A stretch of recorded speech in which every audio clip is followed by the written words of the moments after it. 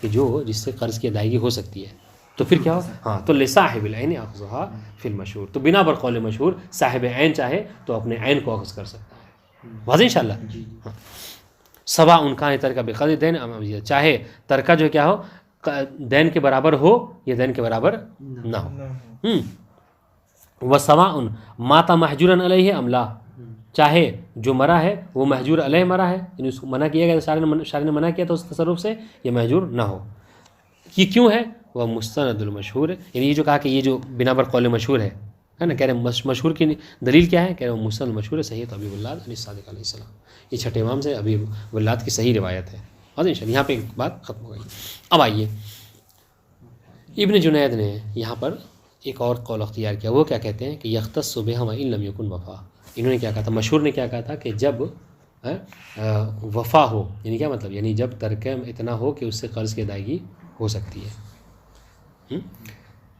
لیکن کہہ رہے ہیں کہ نہیں، اگر میت نے اتنا چھوڑا ہے کہ جس سے قرض کی ادائیگی نہیں ہو سکتی، مگر اس کے باوجود بھی سنیے گا، قرض کی ادائیگی نہیں ہو سکتی مگر اس کے باوجود بھی جو مالک عین ہے، اگر وہ عین اپنا دیکھ رہا ہے تو اس کو چاہیے کہ وہ اپنا عین لے لے. کیسے لے لے؟ کہا یہ ویسے ہی لے سکتا ہے جس طریقے سے مفلس کی صورت میں ہم نے کہا تھا. یعنی میت کو انہوں نے کیا کیا؟ قیاس کیا کس کے اوپر؟ مفلس کے اوپر. تو یہ ایک دلیل ہے ان کی، جس طریقے یعنی کل مفلس، جس طریقے سے مفلس کی صورت میں چاہے مفلس میں بھی یہی تھا کہ ترکہ اس کے پاس پیسے نہیں تھے مگر چونکہ عین تھا تو مالک عین اٹھا سکتا تھا. کہہ رہے میت میں بھی یہی حال ہے. واضح انشاءاللہ. یہ ایک دلیل ان کی. دوسری دلیل کیا ہے کہ انہوں نے ایک روایت سے استناد کیا. ایک روایت قیاس ہے، ٹھیک ہے. دوسری دلیل کیا ہے؟ ایک روایت ہے کہ جو روایت جو کیا ہے مطلقاً دلالت کر رہی ہے کس کے اوپر؟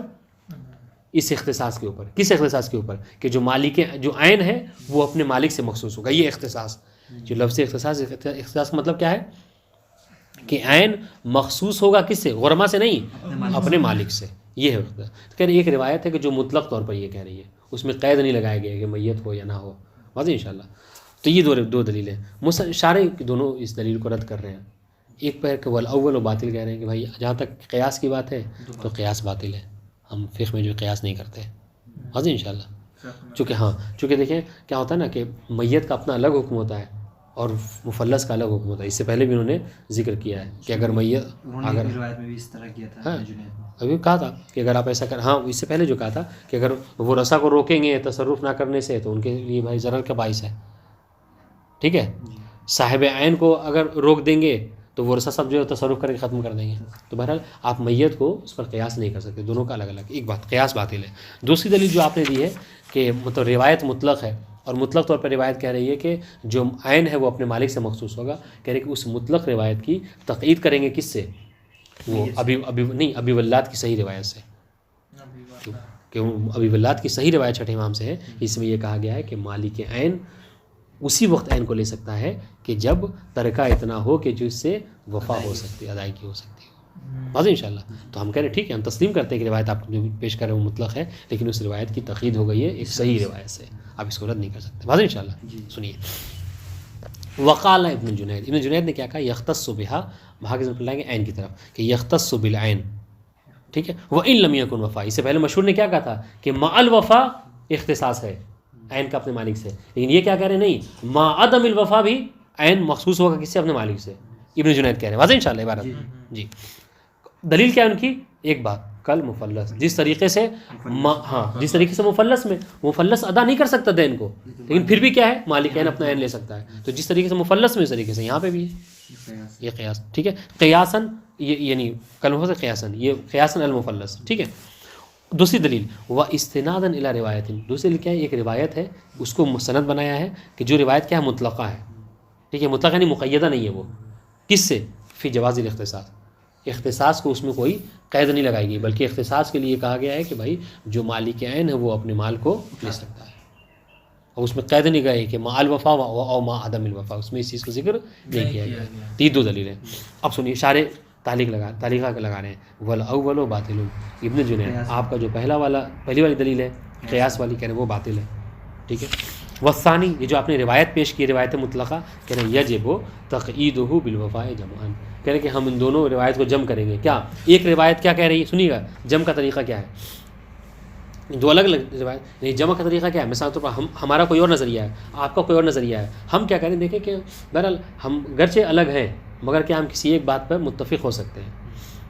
واضح انشاءاللہ، اس کو جمع کہتے ہیں. تو ایک روایت کیا کہ جو مطلقہ جو ابن جنید نے پیش کی ہے وہ یہ کہہ رہی ہے کہ چاہے عدم، وہ مطلق ہے. مطلق ہے یعنی کیا مطلب؟ اس میں قید نہیں لگائی ہے وفا اور عدم وفا کی.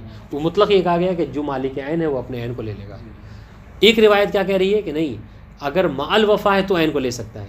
تو ہم کیا کریں، جمع کا طریقہ یہ ہے کہ اس روایت مطلقہ کو حمل کر دیں کس پر؟ مقیدہ کے اوپر. واضح انشاءاللہ. یہ اس میں مطلق اور مقید کے باب میں یہ بحث انشاءاللہ اصول میں ہے. واضح انشاءاللہ. تو یہ جمع کا طریقہ ہے. تو ہم کیا کریں، اس مطلق کو حمل کر دیں مقید کے اوپر. واضح. کیوں؟ اس لیے کہ ما من عام الا وقد خص وما من مطلق الا وقد قید، کہ بہت کوئی ایسا مطلق نہیں ہے کہ جس کی قید نہ آئی ہو، کوئی ایسے عام نہیں ہے کہ جس کا خاص نہ ذکر ہوا ہو. اگرچہ ہمیں نہ ملے یہ الگ سی بات ہے، لیکن بہرحال خاص ہوتا ہے. تو یہ دو بات ہوگی. واضح انشاءاللہ. آپ نے جو مطلق کی بات جہاں تک ہے تو اس مطلق کی روایت کو مقید کریں گے ایک صحیح روایت سے. واضح انشاءاللہ. اب یہاں پہ ایک اور، یہ دو قول ہو گئے. تیسرا قول اسی باب میں میت کے حوالے سے کہ اختصاص ہے یا نہیں ہے. وربما قیل باختصاص الحکم بمن مات محجورا علیہ. ٹھیک ہے. ہاں کہہ رہے کہ ہو سکتا، ہاں کہ بعض لوگ یہ کہیں، یہاں پہ یہ کہا گیا ہے، بعض لوگ یہ کہتے ہیں کہ اختصاص الحکم، الحکم الف لام یہاں پہ ذکری ہے. کون سا حکم؟ کہ یہ حکم جو ہے مخصوص ہے. کون سا حکم؟ یعنی کہ صاحب عین وفا کی صورت میں اپنے مال کو لے سکتا ہے. کہ اگر دین اتنا ہے، اگر ترکہ اتنا ہے کہ جس سے قرض کی ادائیگی ہو سکتی ہے، تو اس صورت میں یہ جو کہا گیا ہے کہ وفا کی صورت میں کیا کرے گا، صاحب عین اپنے مال کو لے سکتا ہے. ہو سکتا ہے کہ اس حکم کو مخصوص کیا جائے کس سے؟ اس صورت میں کہ جب مالک، جو میت اس حال میں مرا ہے کہ وہ مہجور تھا، یعنی اس کو شارع نے منع کر رکھا تھا. واضح انشاءاللہ. تو یہ ایک قول ہو سکتا ہے کہ یہاں پر بعض لوگوں نے یہ کہا کہ یہ اس کو مقید کریں کس سے، کہ اگر مرنے والا اس حال میں مرا ہو کہ اس کو وہ مہجور تھا، یعنی اس سے شارع نے کہا تھا کہ تم اپنے مال میں تصرف نہیں کر سکتے. ٹھیک ہے. تب ہم کہیں گے اور دیکھیں گے کہ اگر وہ مرا ہے اور اس کے مال سے وفا ہو سکتی، تب وہ کیا کرے گا، صاحب عین اپنے عین کو لے سکتا ہے. بات سمجھ میں آ رہی نہیں آ رہی؟ وَإِلَّا فَلَا اختصاص مطلقاً. اور کہنے اگر ایسا نہ ہو، یعنی کیا مطلب، وَإِلَّا یعنی لو مات غیر محجور. ہم نے کہا کہ اگر محجور مرا ہے تو صاحب عین اپنے عین کو لے سکتا ہے. ٹھیک ہے. لیکن اگر وَإِلَّا استثناء، اور اگر سامنے والا محجور نہیں مرا ہے، ٹھیک ہے، بلکہ وہ کیا تھا، غیر محجور تھا جب مرا ہے. ٹھیک ہے. تو پھر کیا کہہ رہے ہیں، فلا اختصاص مطلقہ. تو پھر یہاں پر عین اپنے مالک سے مخصوص نہیں ہے، مطلق نہیں کیا، حتی فی صورت الکفایہ، چاہے اس کا ترکہ اتنا ہے کہ جس سے مال کی ادائیگی ہو سکتی ہے. تو ہم نے نظر اس بات کی طرف نہیں کی کہ عین سے مال ترکے سے مال کی ادائیگی دین کی ادائیگی ہو سکتی ہے. نہیں، ہم نے نظر اس بات پہ کی ہے کہ وہ محجور تھا یا نہیں تھا. ٹھیک ہے. اگر محجور تھا تو لے سکتا ہے، اگر محجور نہیں تھا تو پھر نہیں لے سکتا. واضح انشاءاللہ. اور یہ ایک قول ہو سکتا ہے، مصنف کہہ رہے ہیں، شارح کہہ رہے ہیں وصحیح النصیحت فو، جبکہ جو روایت صحیحہ ہے آپ اس میں دیکھیں تو اس میں اصلا یہ بات کی ہی نہیں گئی ہے. کون سی بات؟ کہ محجور ہو یا نہ ہو. ہم نے اس سے پہلے کہا مطلقاً اگر ترکے میں وفا کی صلاحیت ہے تو مطلقاً چاہے وہ محجور مرا ہو یا غیر محجور، مالک عین اپنے عین کو لے سکتا ہے. بہرحال مطلب عبارت بہت کم ہے آج اور مطالب بہت زیادہ ہیں. آپ لوگ جو غور کیجیے گا، پڑھیے گا. انشاءاللہ کوئی بات نہ سمجھ میں آئے تو کل پھر پڑھ لیں گے. والسلام علیکم ورحمۃ اللہ.